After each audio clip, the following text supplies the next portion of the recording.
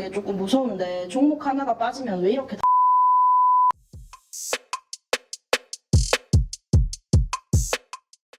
은미님 오셨어요? 네. 은미님 그 주식 공부는 좀 잘 돼가고 계세요? 근데 너무 어려워가지고 하고 있긴 한데 최근에 어떤 어려워요. 거 공부하셨어요? 저 조기님 말씀하신 변곡 패턴들을 찾아보고 있었는데 SG 글로벌이랑 국제약품 이런 것들 조금 찾아봤어요. 오, 잘하고 계시네요. 그 기업 공부까지는 아직 안 하셨죠? 네, 아직 1차적으로 차트만 본 상태예요.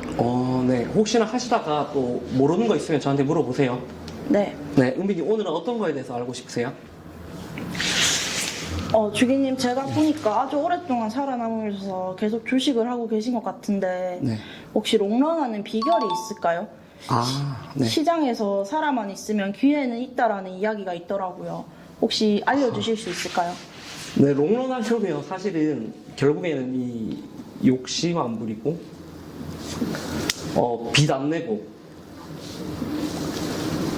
그리고 또 뭐 어떤 게 있을까요? 공부하고 하는 거? 이게 사실 어떻게 보면 롱런 하는 비밀이죠.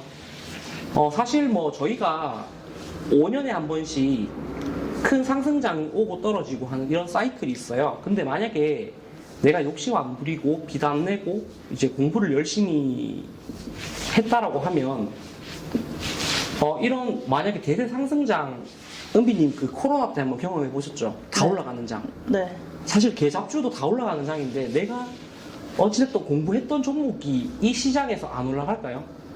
그러니까 공부하면 다 올라가는 장에서 내가 그래도 공부도 했는데 이 종목을 가지고 실패할 확률은 거의 낮다라고 봐야 되죠.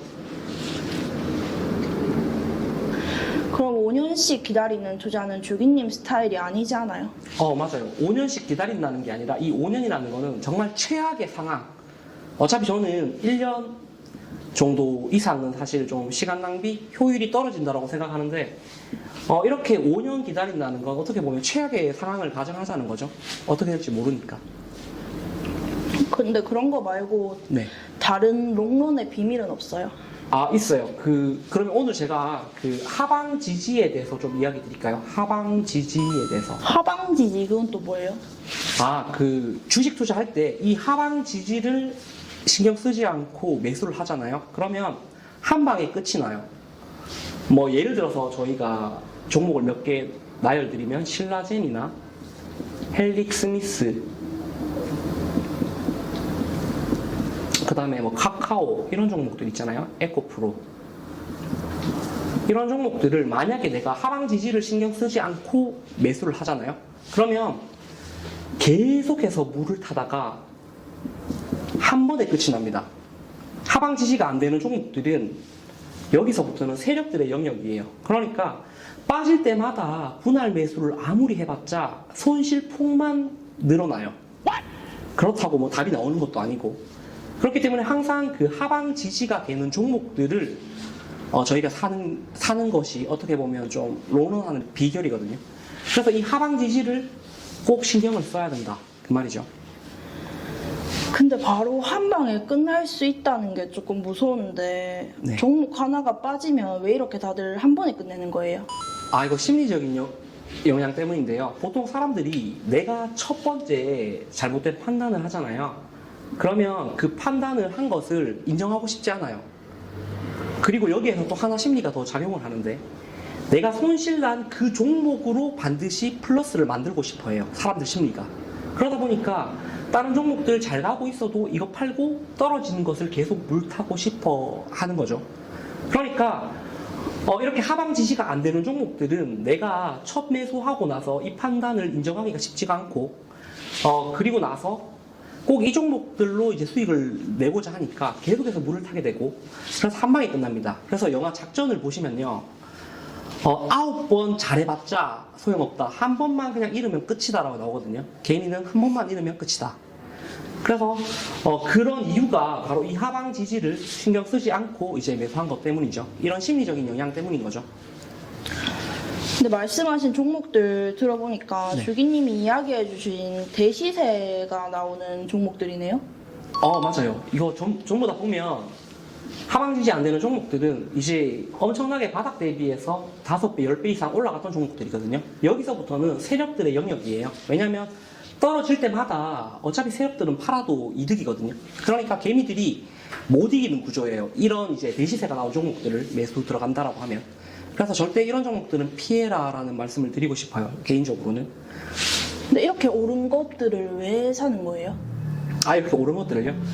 이 앞전에 사람들이 그런 이제 착각이 있어요. 그러니까 보통 사람들 심리가, 사람들 성향이 최근에 있었던 일에 집중을 하거든요. 그러니까 신라젠이나 이런 종목들이 만약에 막 10만 원씩 올라가잖아요. 그러면 앞전 가격을 봐요. 최고점을 가지고만 판단을 하는 거죠. 그러니까 최고점이 10만 원인데 지금 5만 원이네. 반값이네. 사자. 약간 이렇게 되는 거거든요. 이 심리 때문에 이런 사람들의 성향 때문에 앞전 가격에만 많이 집중을 해요. 근데 이 신라젠이나 뭐 헬릭스미스나 이런 것들의 5년 전의 가격을 보면요, 훨씬 낮은 가격에 매집이 이루어졌다는 걸 알 수가 있거든요. 그렇기 때문에 저희가 이렇게 앞전 고점을 보는 것은 현물 투자할 때 아무런 필요가 없어요. 최고점을 볼 필요는 없다. 그 은비님 혹시나 그 백화점 같은 데 가면 그 100만 원짜리 옷 이렇게 택으로 찍찍 끊고 50만 원에 파는 거 보신 적 있나요? 네. 그런 거 보면 되게 막 사고 싶지 않아요? 사고 싶죠. 반값 세일하는 반값이니까. 거니까. 근데 사실 100만 원짜리를 그렇게 50만 원에 팔지 않거든요. 결국에 이게 그 법상으로 막혀 있어요. 사람들이 이제 100만 원으로 해놓고 찍찍 끊고 50만 원을 보면 사고 싶은 심리가 막 일어나거든요. 그래서 이걸 법적으로 막아놨어요. 주식도 마찬가지예요. 만약에 100만 원까지 100만 원이나 10만 원까지 올려놓으면 이 앞전 가격이 원래 가격이라고 사람들이 믿게 되거든요. 그리고 나서 빠지면 여기에서 막 사는 거죠. 그래서 이 최고점을 보면서 사람들이 산다. 그렇게 좀 이해하시면 될 것 같습니다. 그러면 한 번만 실패하면 진짜 끝이겠네요. 아무리 내가 많이 벌어도. 끝이에요. 하방 지지가 안 된 종목들은 한 번에 다 끝납니다. 그러면 주기님 하방 네. 지지는 혹시 어떤 걸로 확인해야 돼요? 하방 지지 확인하는 방법. 하방 지지는 이제 보통 3개를 보면 되는데요. 제일 첫 번째는 바로 가격이에요. 이 가격이 싸다는 것만큼 이제 하방 지지가 되는 게 없거든요. 그래서 항상 이 가격을 보셔야 되고, 5년의 최저가를 보시면 되는데, 지금 시점으로는 이제 코로나 때 5년의 최저가들이 세력들이 잡아가는 가격대란 말이에요. 현대차도 이때 65,000원대 정의선 부회장이 장내 매수를 했다, 이런 식으로 기사가 나오는데, 보통 이제 세력들이 이 최저가를 잡아가는 게 세력들의 영역이고, 그래서 이 5년 최저가 근처까지 오면 주가가 급등하는 경향이 있어요. 그래서 제가 작년에 매수했던 종목들 중에서 5년 최저가 근처까지 왔을 때, 그러니까 코로나 때 가격이죠. 여기까지 이 근처까지 왔을 때는 심리적으로 세력들도 못 빼고, 개인 투자자들도 지금 악재가 코로나 때 악재만큼도 안 되는데 설마 여기보다 더 빠지겠어 라고 하면서 여기에서는 반등이 세게 나오거든요. 그래서 첫 번째는 이 가격을 보셔야 되는 거예요. 가격이 싼 것만큼 가장 강력한 하방 지지는 없다. 그리고 두 번째는 저희가 보아야 될 게 바로 재무제표거든요. 일반적으로 이제 저희가 흔히 아는 PBR이랑 퍼 같은 것들을 보면서 이게 저평가가 되었다라는 걸 볼 수가 있고요. 그리고 또 하나가 배당이에요, 배당. 그래서 저희가 보면 배당주는 하방 지지가 정말 세게 나오거든요. 배당주 같은 경우는. 왜냐면 배당 수익률 6% 주던 이제 회사가 있는데, 이런 회사가 만약에 성장도 하고 있어요. 근데 이런 회사가 배당 수익률이 12%까지 막 올라간다. 그다음에 여기서 수급이 엄청나게 몰리거든요. 이게 대표적으로 은행주들이 과거에 배당 수익률 엄청 올라가니까 그냥 바로 하방 지지 나오는 거거든요. 그래서 이런 배당도 참고하셔도 되고, 아니면 PBR. 예를 들어서 제가 최근에 매수했던 종목도 보면 성장주지만 PBR이 0.6이에요. 다른 애들은 막 12, 10 이런데. 그럼 여기에서 그 밑으로 빠지기가 매우 어렵다라는 거예요. 그래서 이 PBR이나 펄을 가지고 또 보시면 되고요. 그리고 세 번째로 이야기 드릴 거는 바로 차트인데요. 차트에서 날봉, 그러니까 일봉은 아무런 의미가 없어요. 하방 지지에서 너무 약해요. 이런 것들은 저희가 단타를 치는 사람들이 아니잖아요. 그러니까 차트에서는 일봉을 보는 게 아니라 무조건 월봉을 보셔야 돼요. 이 세 가지를 보면서 하방 지지가 어느 정도 되는 종목이다라는 걸 봐야 돼요. 그래서 내가 주식 투자로 롱런 하려면 무조건 이 하방 지지를 고려해야 되고, 뭐 저는 단타는 안 하지만 만약에 단타를 한다라고 하잖아요. 그럼 단타에서는 하방 지지가 그냥 칼 같은 손절이에요. 그래서 단타하는 사람들 중에서 칼 같은 손절을 안 하면 하방 지지가 안 된다고 보시면 되고, 그래서 이 손절, 근데 사실 이 단타로 손절하는 거는 좀 심리적으로 힘들거든요. 단타는 직장인들이 하기도 좀 불리하고 계속 손절을 해야 된다라는, 이게 어떻게 보면 심리를 계속 거스르는 거다 보니까 선천적으로 이게 안 되는 사람들이 있어요. 그래서 단타보다는 제가 이야기 드렸던 좋은 기업 가지고 이런 세 가지를 가지고 하방 지지를 좀 잡아나가면 된다, 그런 말씀을 드리겠습니다. 그러면 실사용 가치가 좀 있으면 하방 지지가 더 잘 나온다는 거네요? 맞아요.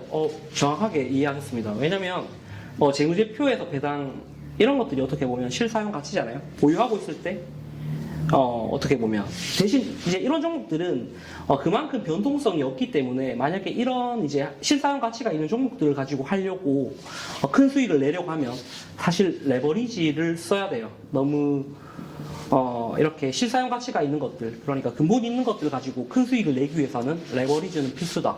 그래서 이걸 적절하게 좀 섞어서 잘 하시면 될 것 같아요. 여러 가지들을 좀 섞어서 배당이 뭐 너무 높다라기보다는 좀 적절하게 있는 것들, 그렇게 이해하시면 될 것 같습니다. 그러면 정말 오래 살아남으려면 정말 보수적으로 운영을 해야겠네요. 네, 맞습니다. 이제 이 주식, 그러니까 저희가 그 수익 매매나 아니면 뭐 눌림목 매매 아니면 성장주 장기 투자 하잖아요. 그러면 항상 이 세 가지를 하방 지지를 확인하고 매수하셔야만 주식 투자로 좀 롱런 할 수 있어요. 저희가 큰 돈을 버는 것보다 더 중요한 게 번 돈을 안 잃고 지키는 게 중요하잖아요. 그런 관점으로 생각하셨으면 좋겠습니다. 오늘도 좋은 거 잘 배웠습니다. 네, 오늘도 고생하셨습니다. 네.